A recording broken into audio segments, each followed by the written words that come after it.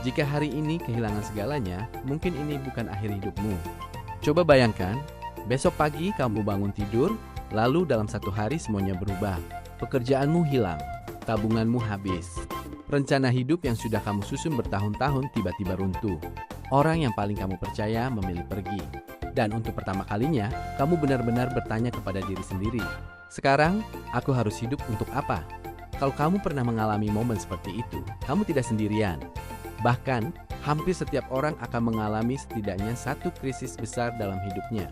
Bukan karena hidup ini tidak adil, tetapi karena perubahan, kehilangan, dan ketidakpastian memang bagian dari kehidupan manusia. Namun ada satu pertanyaan yang jauh lebih penting. Mengapa kehilangan bisa terasa begitu menghancurkan? Seolah-olah seluruh hidup ikut berakhir. Kita hidup di zaman yang unik. Dulu, orang mungkin hanya membandingkan hidupnya dengan tetangga atau teman sekantor. Hari ini, dalam waktu 5 menit saja, media sosial bisa memperlihatkan puluhan orang yang terlihat sukses. Ada yang baru membeli rumah, ada yang baru menikah, ada yang naik jabatan, ada yang sedang liburan ke luar negeri. Sementara kita masih berusaha bertahan melewati hari. Tanpa sadar, kita mulai mengukur nilai diri berdasarkan apa yang berhasil kita miliki. Padahal psikolog Leon Festinger melalui social comparison theory menjelaskan bahwa manusia memang memiliki kecenderungan alami untuk membandingkan dirinya dengan orang lain. Masalahnya, media sosial membuat proses ini terjadi jauh lebih sering dan jauh lebih intens daripada yang pernah dialami generasi sebelumnya. Akibatnya, ketika kita kehilangan pekerjaan, gagal membangun usaha, putus hubungan, atau mengalami penurunan ekonomi, yang terasa hilang bukan hanya uang atau status. Seringkali kita merasa kehilangan harga diri, identitas, bahkan harapan. Itulah sebabnya banyak orang berkata, aku merasa bukan diriku lagi. Menariknya, bahwa rasa sakit karena kehilangan bukan hanya soal emosi. Otak kita memang dirancang untuk lebih peka terhadap kehilangan daripada keuntungan. Psikolog Daniel Kahneman dan Amos Tversky melalui teori loss aversion menemukan bahwa kehilangan sesuatu terasa jauh lebih menyakitkan dibandingkan kebahagiaan saat memperoleh sesuatu dengan nilai yang sama. Bayangkan kamu menemukan uang 1 juta rupiah, kamu pasti senang. Tetapi kalau 1 juta rupiah itu hilang, rasa sakitnya biasanya jauh lebih besar daripada rasa senang saat mendapatkannya. Begitulah cara otak bekerja. Dari sudut pandang evolusi, lebih aman bagi manusia untuk menganggap kehilangan sebagai ancaman. Karena selama ribuan tahun, kehilangan makanan, kelompok, atau tempat berlindung bisa berarti kehilangan kesempatan untuk bertahan hidup. Otak seringkali menerjemahkannya sebagai ancaman terhadap kelangsungan, hidup dan identitas diri. Tidak heran jika kehilangan bisa membuat seseorang sulit tidur, kehilangan motivasi, sulit berkonsentrasi, bahkan merasa masa depannya benar-benar gelap. Tetapi disinilah muncul sebuah pertanyaan yang selama puluhan tahun membuat para psikolog penasaran. Kalau kehilangan memang terasa sedemikian menghancurkan, mengapa ada orang yang setelah kehilangan segalanya justru mampu bangkit menjadi lebih kuat? Mengapa sebagian orang menemukan makna baru, sementara yang lain tetap terjebak dalam luka yang sama selama bertahun-tahun? Apakah mereka memiliki mental yang berbeda? Atau ada sesuatu yang terjadi di dalam otak dan cara berpikir mereka? Di bagian berikutnya, kita akan membahas apa yang sebenarnya terjadi di dalam otak ketika hidup runtuh. Mengapa stres bisa mengambil alih cara kita berpikir, dan bagaimana titik terendah dalam hidup tidak selalu menjadi akhir, tetapi juga tidak otomatis menjadi awal kebangkitan. Karena jawabannya jauh lebih menarik daripada sekadar kalimat motivasi. Apa yang terjadi di otak ketika hidup terasa runtuh? Bayangkan, seseorang baru saja kehilangan pekerjaannya. Di hari yang sama, cicilan rumah masih berjalan, anaknya masih harus sekolah, tabungan mulai menipis. Malam harinya, ia mencoba tidur, tetapi pikirannya terus berputar. Bagaimana kalau aku tidak dapat pekerjaan lagi? Bagaimana kalau keluargaku kecewa? Bagaimana kalau hidupku memang sudah selesai? Lalu muncul pertanyaan, mengapa otak kita langsung memikirkan kemungkinan terburuk? Apakah kita memang terlalu lemah? Ataukah memang ada sesuatu yang sedang terjadi di dalam otak? Jawabannya adalah yang kedua, dalam bukunya Why Zebras Don't Get Ulcers, Profesor Stanford Robert Sapolsky, menjelaskan bahwa otak manusia memiliki sistem bertahan hidup yang luar biasa. Masalahnya, sistem ini tidak bisa membedakan secara sempurna antara ancaman fisik dan ancaman psikologis. Bagi nenek moyang kita, ancaman berarti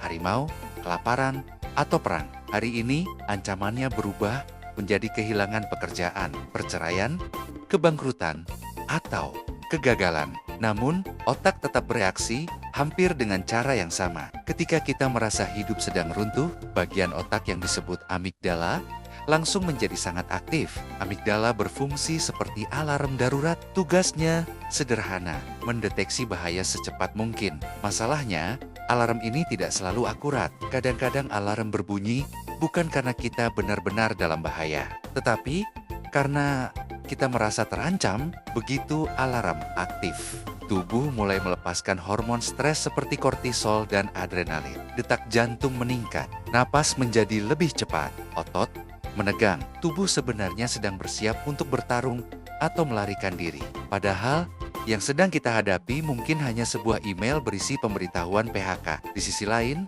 ada bagian otak lain yang bernama prefrontal cortex. Bagian inilah yang membantu kita berpikir logis, mengambil keputusan, melihat gambaran besar, menimbang risiko, mencari solusi. Namun, ketika stres menjadi sangat tinggi, aktivitas prefrontal cortex justru menurun. Akibatnya, kita menjadi lebih impulsif, lebih sulit berpikir jernih, lebih mudah percaya bahwa hidup sudah berakhir. Padahal, kenyataannya belum tentu demikian. Richard Davidson, dalam bukunya The Emotional Life of Your Brain, menjelaskan bahwa saat emosi sangat intens, kemampuan otak untuk berpikir rasional memang ikut menurun. Artinya, ketika seseorang berkata, "Aku merasa hidupku sudah selesai," belum tentu itu adalah kenyataan. Seringkali itu adalah cara otak yang sedang stres menafsirkan keadaan. Inilah mengapa banyak orang membuat keputusan besar justru ketika emosinya sedang berada di titik terendah. Ada yang langsung menjual semua asetnya karena panik. Ada yang memutus hubungan dengan orang-orang terdekat. Ada yang berhenti mencoba karena merasa semua usaha akan sia-sia. Padahal, keputusan yang dibuat dalam kondisi stres tinggi cenderung lebih dipengaruhi oleh rasa takut daripada penilaian yang objektif. Karena itu, memberikan satu saran yang terdengar sederhana tetapi sangat penting. Jangan mengambil keputusan besar ketika emosimu sedang berada di puncaknya. Bukan karena kamu tidak mampu berpikir, tetapi karena bagian otak yang membantumu berpikir jernih sedang bekerja jauh di bawah kapasitas terbaiknya. Ada fakta lain yang menarik. Mengapa ketika mengalami satu masalah besar, tiba-tiba kita merasa seluruh hidup ikut gagal? Misalnya, seseorang kehilangan pekerjaan, lalu ia mulai berpikir, "Aku gagal sebagai orang tua. Aku tidak berguna. Aku pasti tidak akan sukses lagi." Mengapa satu masalah berubah menjadi 1000 kekhawatiran? Ketika seseorang berada dalam tekanan berat, otaknya lebih mudah mengalami distorsi kognitif. Salah satunya adalah kecenderungan membayangkan skenario terburuk seolah-olah pasti akan terjadi. Padahal, membayangkan kemungkinan bukan berarti itulah kenyataannya. Otak hanya sedang berusaha mencari semua ancaman agar kita bisa bertahan. Ironisnya, mekanisme yang dulu membantu manusia bertahan, hidup kini sering membuat kita terjebak dalam kecemasan yang berkepanjangan. Namun, kabar baiknya adalah ini, otak bukan benda yang kaku. Ia bisa berubah, ia bisa belajar, ia bisa membangun jalur baru, pengalaman baru, latihan berpikir, kebiasaan yang sehat, dan cara kita memaknai pengalaman hidup dapat mengubah cara kerja otak. Artinya, keadaanmu hari ini memang mempengaruhi pikiranmu, tetapi keadaanmu hari ini tidak menentukan bagaimana pikiran akan bekerja selamanya. Dan mungkin inilah alasan mengapa sebagian orang mampu bangkit setelah kehilangan segalanya. Bukan karena mereka tidak pernah hancur, melainkan karena mereka perlahan melatih pikiran untuk melihat kemungkinan baru, bukan hanya ancaman. Bagian 3. Mengapa ada orang yang bangkit setelah kehilangan segalanya? Kalau kehilangan memang bisa membuat otak berpikir bahwa hidup telah berakhir, lalu mengapa ada orang yang justru mampu bangkit setelah mengalami kehilangan yang luar biasa. Mengapa ada yang kehilangan pekerjaan, tetapi beberapa tahun kemudian berhasil membangun hidup yang baru? Mengapa ada yang mengalami kebangkrutan, kehilangan orang yang dicintai, bahkan mengalami kegagalan berulang, tetapi perlahan bisa menemukan harapan lagi? Apakah mereka memang dilahirkan dengan mental yang lebih kuat? Salah satu tokoh yang banyak meneliti hal ini adalah George Bonanno, profesor psikologi dari Columbia University. Dalam bukunya The Other Side of Sadness, Bonanno menunjukkan sesuatu yang cukup mengejutkan. Selama ini kita sering menganggap bahwa setiap orang yang mengalami kehilangan besar akan mengalami trauma berkepanjangan. Namun data penelitian menunjukkan kenyataan yang lebih kompleks. Banyak orang memang mengalami kesedihan yang sangat dalam. Mereka menangis, merasa bingung, sulit tidur, sulit berkonsentrasi. Tetapi perlahan mereka kembali mampu menjalani hidup. Bukan karena mereka melupakan apa yang terjadi. Bukan pula karena rasa sakitnya hilang begitu saja. Melainkan karena otak manusia ternyata memiliki kemampuan beradaptasi yang jauh lebih besar daripada yang sering kita bayangkan.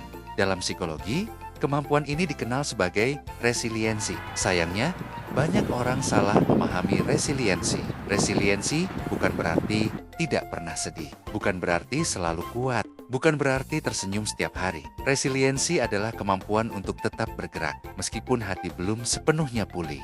Seseorang bisa tetap merasa takut, tetapi tetap mengirim lamaran kerja. Masih merasa kecewa, tetapi tetap bangun dari tempat tidur. Masih menangis, tetapi tetap menemani anaknya belajar. Inilah bentuk resiliensi yang sebenarnya. Kemudian, muncul pertanyaan lain.